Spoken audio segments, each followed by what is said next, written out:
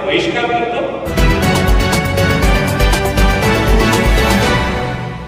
तुम्ही जे या ठिकाणी आढावा बैठक चुकीच्या पद्धतीने घेतली आणि इथं एखाद्या व्यक्तीचं प्रमोशन करण्याचा तुम्ही प्रयत्न केला, एखाद्या गटातटाने घेऊन तुम्ही चालून आले, हे चुकीचं आहे। म्हणून मी तुमच्या या आढावा बैठकीचा बहिष्कार करतो आणि माझा बहिष्कार नोंदवून आपली रजा घेतो। जय हिंद, जय महाराष्ट्र, जय भारत।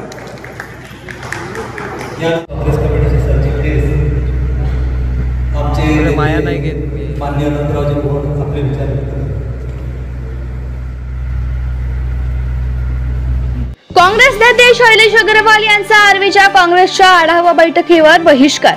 आगामी निवडणुका लक्षात घेतल्या जात आहे बैठका। स्थानिक पदाधिकाऱ्यांना विश्वासात घेतले जात नसल्याचा आरोप। आर्वी येथील पदाधिकारी व कार्यकर्त्यांना बैठकीच्या सूचना दिल्या जात नसल्याने रोष। वर्धा जिल्ह्यातील आर्वी येथे नुकतीच काँग्रेसची एक बैठक पार पडली। या बैठकीला पक्ष निरीक्षक माजी आमदार वीरेंद्र जगताप देखील आले। काँग्रेसची मोठ बांधताना सामान्य कार्यकर्त्यांना सोबत घेऊन आर्वी विभागात पक्ष बांधणी करायची नितांत गरज आहे। असे असताना आर्वी येथे स्थानिक पदाधिकारी आणि कार्यकर्त्यांना जिल्हाध्यक्षाकडून विश्वासात घेतले गेले नाही। राष्ट्रीय समन्वयक शैलेश अग्रवाल यांना देखील अगदी वेळेवर सूचित करण्यात आलं। त्यामुळे स्थानिक पदाधिकाऱ्यांमध्ये संताप निर्माण झाला।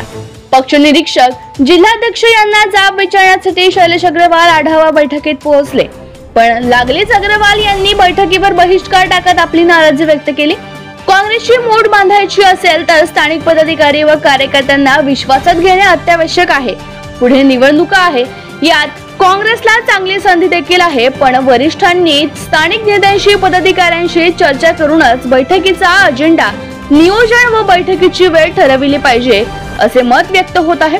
काँग्रेस नेते शैलेश अग्रवाल यांच्या नाराजीने काँग्रेसमधील नियोजनाचा अभाव उघड झाला आहे। यामुळे जिल्हाध्यक्ष बदलाचे वारे देखील समोर येते आहे। नाही, या ठिकाणी प्रत्येक जिल्ह्यात निरीक्षक नेमण्यात आले आणि काँग्रेसचं संघटन नव्याने बांधायचं म्हणून त्यांना जबाबदारी देण्यात आली। विशेषतः आर्वी विधानसभा क्षेत्रात स्थायी उमेदवार असलेले आमचे या ठिकाणचे नेते हे मित्रपक्षाकडे राष्ट्रवादीकडे लोकसभेत गेले, त्यानंतर ते त्याच ठिकाणी राष्ट्रवादीत स्थायिक झाले। अनेक कार्यकर्त्यांची गल्लत झाली की आता नेत्यासोबत जायचं की पक्षासोबत राहायचं। अशा सर्व परिस्थितीत या ठिकाणी आढावा बैठक घेणं हे मागच्या 1.5 वर्षापासून मी जिल्हाध्यक्षांना विनंत्या करून आलो। 61 ठिकाणी आम्ही या ठिकाणी शाखा बांधणी केली होती। त्या शाखांच्या उद्घाटनासाठी मी सातत्याने जिल्हाध्यक्षांना विनंती करत होतो, पण ते या ठिकाणी आले नाही। आणि आज कोणतीच नैतिकता त्यांच्याकडे पक्ष वाढवा हे म्हणण्याची नसताना ते या ठिकाणी बैठकीला आले। आणि ही जी बैठक निरीक्षकांनी घेतली, निरीक्षकांना यायचं आहे, या ठिकाणी जिल्हा काँग्रेस कमिटीने बैठकीचं आयोजन करायचं आणि बैठक घ्यायची आहे, पण जिल्हाध्यक्ष म्हणतात की ही बैठक केव्हा ठरली मला माहिती नाही। आणि या ठिकाणी ही जेव्हा बैठक या निरीक्षकांनी ठेवली तर यात आमच्यापैकी स्थानिक लोकांना कोणालाच विश्वासात घेतलं नाही। आम्ही याच्या आयोजनात नाही, नियोजनात नाही, आमच्या लोकांना या बैठकीची माहिती सुद्धा नाही।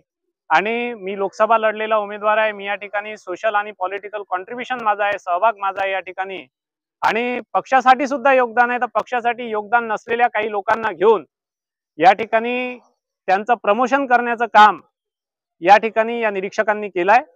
आणि कोणतीच पक्षाच्या लोकांना या बाबीची पूर्वकल्पना न देता काल 11:32 रात्री डीसीसीच्या ग्रुपवर जिल्हाध्यक्षांनी हा मेसेज टाकला, ज्या अर्थी या आढावा बैठका या स्थानिक लोकांना संपूर्णतः विश्वासात घेऊन त्यांच्याशी चर्चा करून आढावा बैठका घ्यायच्या होत्या। पण या ठिकाणी जाणून बुजून एखाद्याचं राजकीय अस्तित्व जातीयवाद करून पुसण्याचा प्रयत्न आणि नसल्या लोकांना ज्यांचं या ठिकाणी कोणताच राजकीय किंवा सामाजिक सहभाग नाही, कोणतंच योगदान पक्षासाठी नाही, त्या लोकांचं प्रमोशन करण्याचं काम या ठिकाणी या निरीक्षकांनी केलंय, असा थेट आरोप मी त्यांच्या उपस्थितीत त्यांच्यावर केलाय।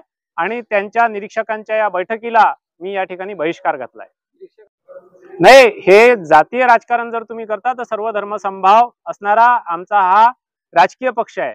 या ठिकाणी द्वेषाची भावना जिल्हाध्यक्षांना असण्याचं एकच कारण आहे, त्यांनी जिल्हा काँग्रेस कमिटी गहाण टाकण्याचा जो डाव आखला होता आणि 50-50 वर्षे ज्यांच्या घरात काँग्रेसचं राजकारण आहे, ज्यांनी काँग्रेसचा मलिदा खाल्ला, ते कोणीच त्यावेळेस त्या जिल्हा काँग्रेस कमिटीचा टॅक्स भरायला पैसे द्यायला तयार नव्हते। यांनी 6 वर्षासाठी जिल्हा काँग्रेस कमिटी गहाण टाकली आणि ते पैसे मिळवले, ते पैसे सुद्धा मी परत केले आणि त्याच्यानंतरही ती जागा रिकामी झाली नाही। म्हणून त्यांना वैयक्तिक द्वेष असावा आणि मी लोकसभेचा उमेदवार होऊ घालत होतो तेव्हा याच निरीक्षकांनी माझा विरोध केला होता।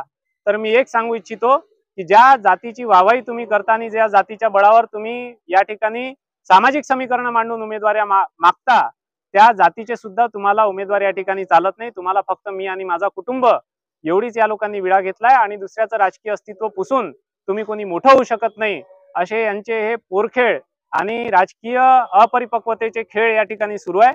याचा विरोध दर्शवण्यासाठी आणि पुन्हा काँग्रेस खऱ्या अर्थानं बळकट करण्यासाठी आणि काँग्रेसचा नेता, काँग्रेसचं नेतृत्व हे स्थानिक सर्वसामान्य लोकांच्या कामी येण्यासारखा आणि लोकांमध्ये असणाऱ्या तो कोणत्याही जाती धर्म पंथाचा असो, दलित मुस्लिमांनी फक्त आम्हाला काही मतं देण्याचा ठेका ठेवला नाही, तर अशा लोकांमधून आता या ठिकाणी आर्वी विधानसभा क्षेत्रासाठी काँग्रेसचं नवीन नेतृत्व घडावं या अपेक्षेने पुन्हा नॉन बायस्ड पद्धतीने कोणताही पक्षपात न करता सगळ्यांना काँग्रेसच्या नेतृत्वाची संधी मिळावं, सगळ्यांना काँग्रेसच्या संघटनेत जागा मिळावी या उद्देशाने आजच्या या बैठकीवर बहिष्कार घातलाय. आणि मी सन्माननीय प्रदेशाध्यक्षांना सांगणार आहे की आढावा बैठक पुन्हा घेण्यात यावी आणि एखाद्या गटातटाचा हितकारी असा निरीक्षक या ठिकाणी पाठवू नये.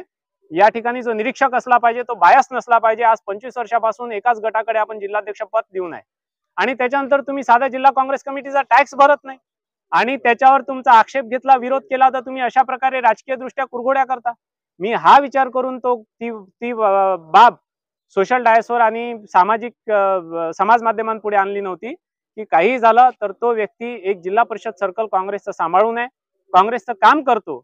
म्हणून यावेळेस पक्षाची जी स्थिती आहे ती लोक गमावण्याची नाही तर लोक कमावण्याची परिस्थिती आहे. अशा वेळेस कोणाचाही सामाजिक अवमान होऊन त्याचा नुकसान त्या काम करणाऱ्या कार्यकर्त्याला आणि काँग्रेसला होऊ नये याचं भान ठेवून मी आतापर्यंत तो विषय दडवला होता. परंतु अशा प्रकारे जर राष्ट्रीय पदाधिकाऱ्यांचा तुम्ही अशा प्रकारे अवमान करत असाल आणि एखाद्याला स्पर्धेत नसताना, मी स्पर्धक नसताना यांचा मला डावलल्या जात असेल आणि अशा प्रकारची वागणूक जर दिल्या जात असेल तर त्याविषयी बोलणं हा माझा अधिकार आहे. काय आपण पक्ष प्रवेशाच्या संदर्भात काही विचार केला आहे का? नाही, मी काँग्रेसमध्येच होतो, काँग्रेसमध्ये आहे, काँग्रेसमध्येच राहील. काँग्रेस दुरुस्त करणं ही एक पदाधिकारी म्हणून आणि काँग्रेसचा कार्यकर्ता म्हणून माझी जबाबदारी आहे आणि या लोकांच्या चुका यांच्या लक्षात आणून देणं एवढीच जबाबदारी माझी आहे. आणि त्या खातर मी फक्त त्यांना ते सुचवलं आणि त्यांना सांगितलं की तुम्ही जे करतायत ते चूक आहे आणि चुकीचा बहिष्कार करणं हा माझा अभिव्यक्ती स्वातंत्र्य या देशात आणि आमच्या पक्षात लोकांना आहे, त्याचा वापर या ठिकाणी केला आहे.